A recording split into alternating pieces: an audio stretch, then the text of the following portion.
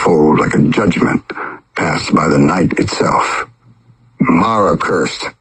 "Gotcha, you piece of shit!" Mara fired the last shot. 11. The news broadcast cut through the quiet with a sharp burst of static before the picture stabilized, revealing a shaken anchor sitting beneath the harsh glow of the studio lights.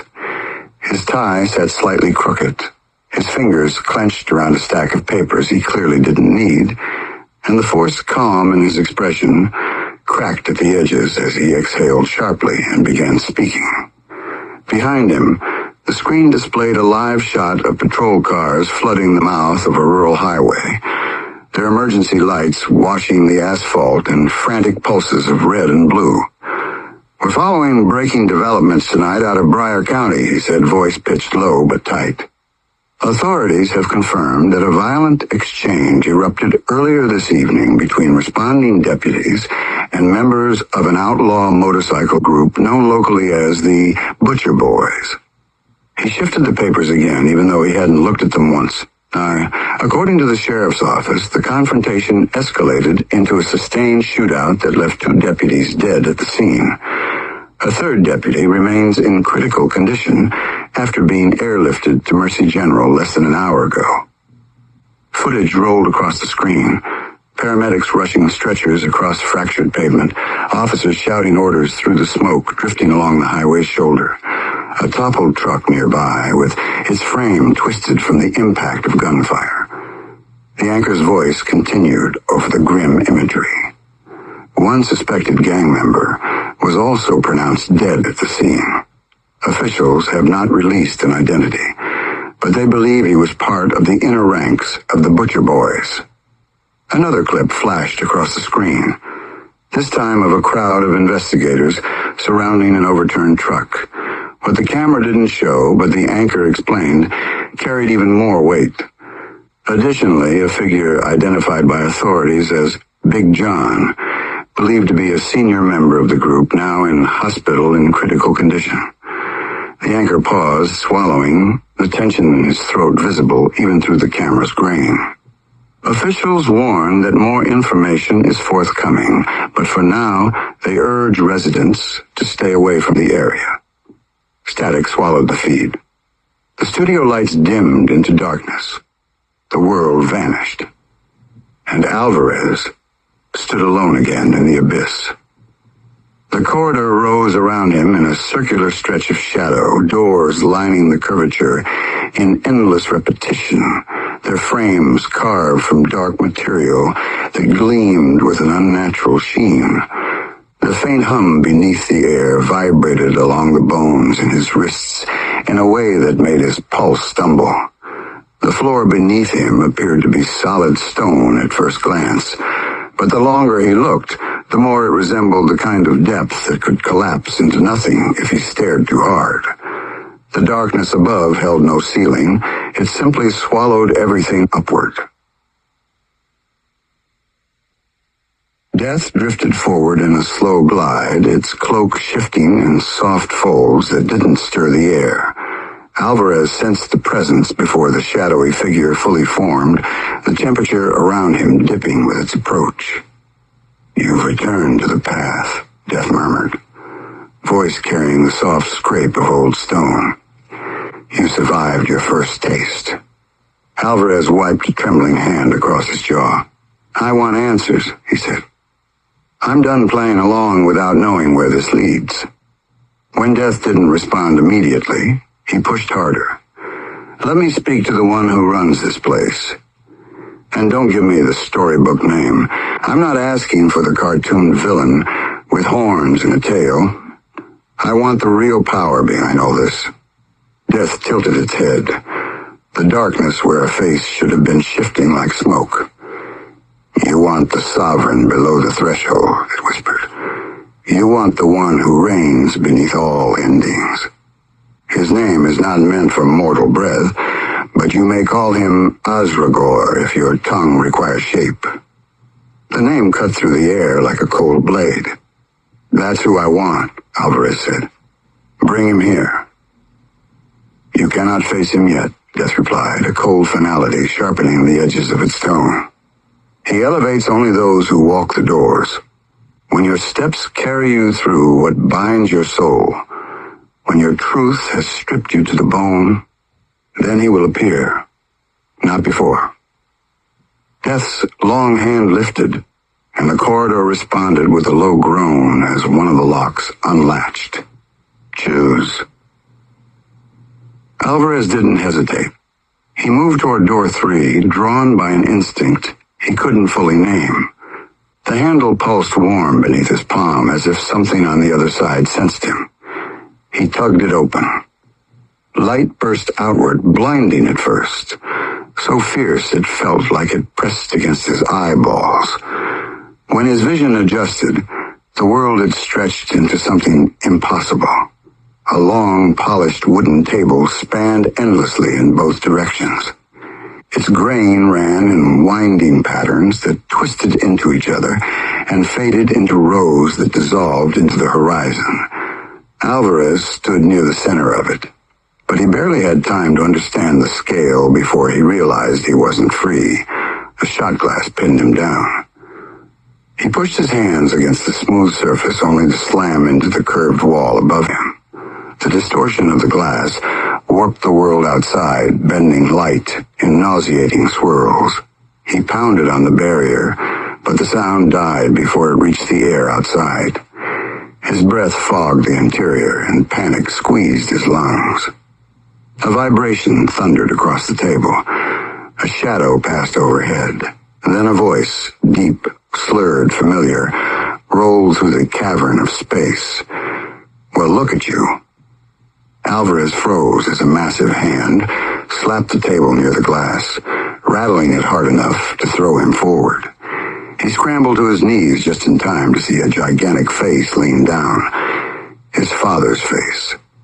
Not as Alvarez remembered him on the nights he stumbled home, smelling of liquor, but larger. The broken features exaggerated by monstrous scale. His father's bloodshot eyes gleamed with alcoholic shine as he unscrewed the cap of a bottle thicker than a building column. "Always thought you were small," the giant muttered. "Didn't know you were this small." He tapped the glass with a fingernail the size of a crowbar, sending tremors rattling across the trap. "Maybe you were born for this. Always crawling around, whining, begging. Hell, maybe you really were a fucking cockroach." The insult hit Alvarez with a sting sharper than the tremors under him. But before he could answer, a sharp heat tore across his back. His knees buckled. A burning sensation crawled beneath his skin like fire spreading under the surface. His spine arched involuntarily. Air punched out of his lungs. He grasped his ribs, only to feel them bending in unnatural ways, tightening around organs shifting inside him. His fingers split at the joints. His legs twisted into segmented spikes. His vision fractured into mirrored pieces, each one reflecting the horror of his transformation. He screamed, but his voice dissolved into a violent hiss. The giant laughed, a long guttural sound vibrating through the table. "There he is. There's the bug I always knew you were." The old man lifted the glass, shook it violently, then slammed it down hard enough to send Alvarez's newly formed body tumbling in spirals. His legs flailed. His shell cracked with the impact. The room blurred into streaks of color as he fought to right himself. Minutes passed. Long, agonizing minutes of the giant drinking, muttering, mocking. The echoes of his father's bitterness thundered across the endless expanse. He swayed with drunken rhythm, knocking the glass left and right, sloshing Alvarez inside like a trapped insect fighting against fate. Then the glass rose. Alvarez bolted. His legs carried him with frantic speed he didn't fully control, skittering across the polished surface. The table stretched into infinity, the wooden grain whipping beneath him in violent lines that flickered like cracks in reality. He darted left, right, forward. No escape. A shadow descended. The shot glass slammed down. The impact crushed him instantly. He felt the sickening collapse of his small form, a smear of pain that lasted a fraction of a heartbeat before darkness swallowed the world. Then he sensed the giant scraping his remains into the glass, scooping him like refuse. Whiskey splashed down, burning through his consciousness with scorching agony that lit up his mind in the white fire. The giant held the shot glass to his massive eye, inspecting the mixture of liquor and broken insect. "A toast," he muttered. "To my disappointment," he swallowed. The world went black.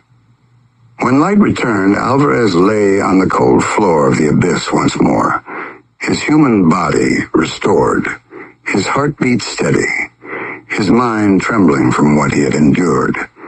Death hovered nearby, its cloak shifting like smoke caught in an unseen breeze. Azragor watches. Death said it without ceremony, without tone, almost like a simple acknowledgement dropped into the air between them. Yet the words carried enough weight to settle in Alvarez's spine like a cold hand.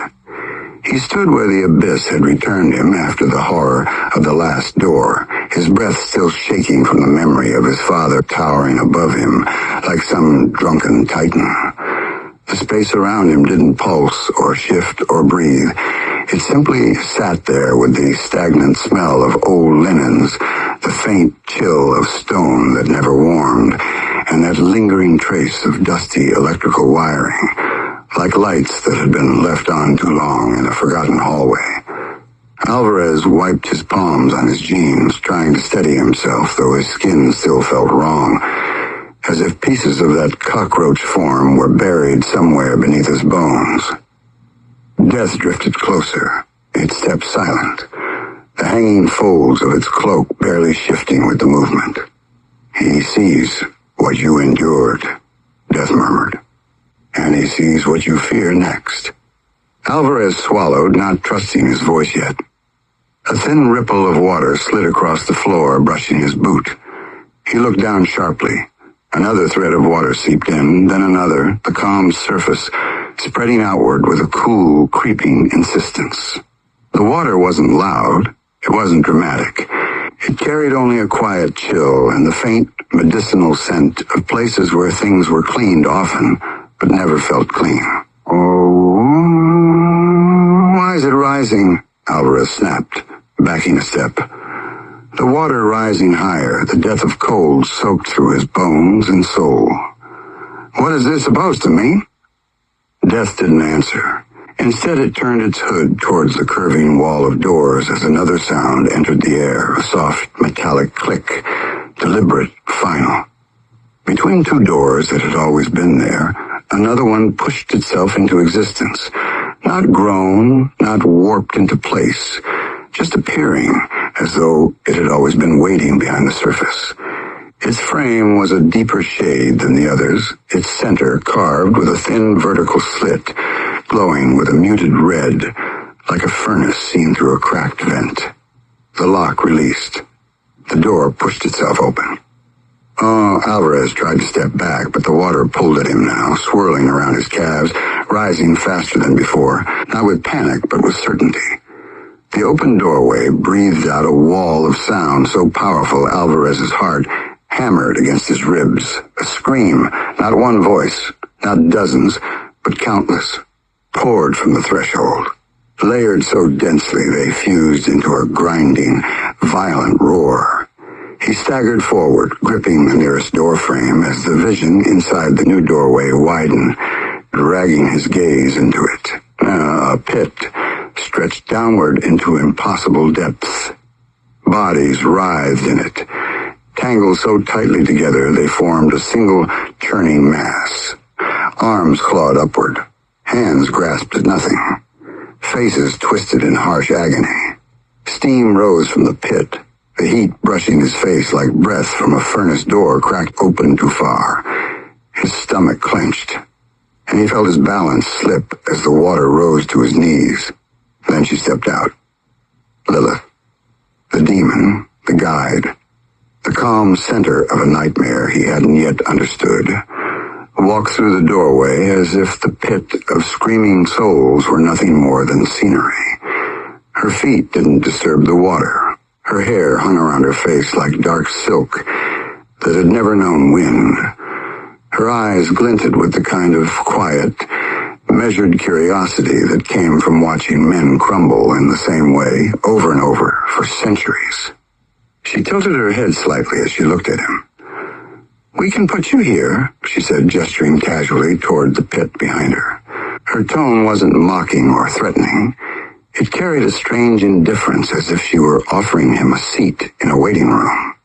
"If this is the path you'd prefer. Some souls want certainty. Pain without question. Fire without purpose."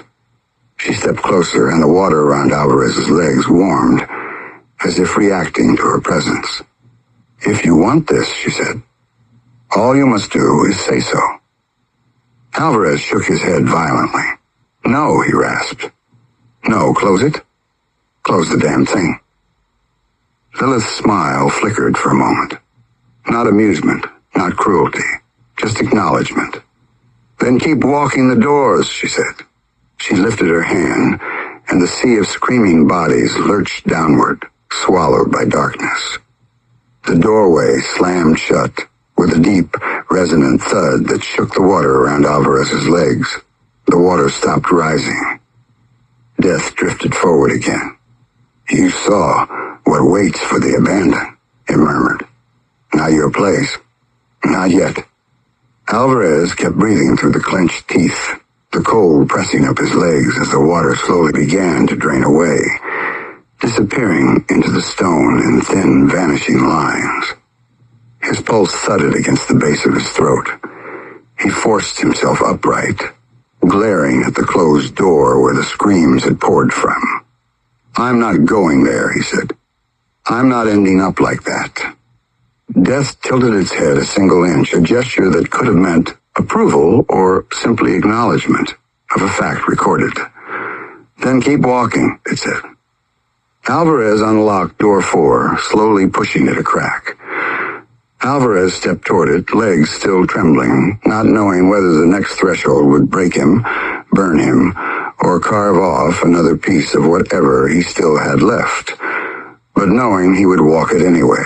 The room inside consumed him. The door slammed shut without a sound. 12. Andrew Rose stood inside the steel belly of the fabrication bay with the steady rhythm